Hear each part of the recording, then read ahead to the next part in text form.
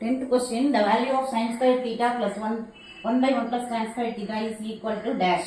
Solution.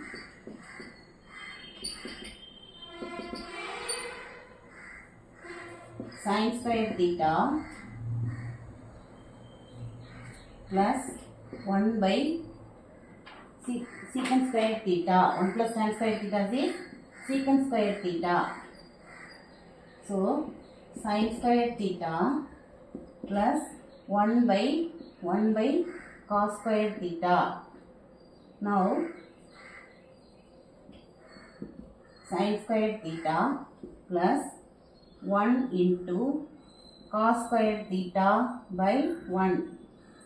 Denominator reciprocal. So, this one cancel. Therefore, sin square theta plus cos square theta equal to 1.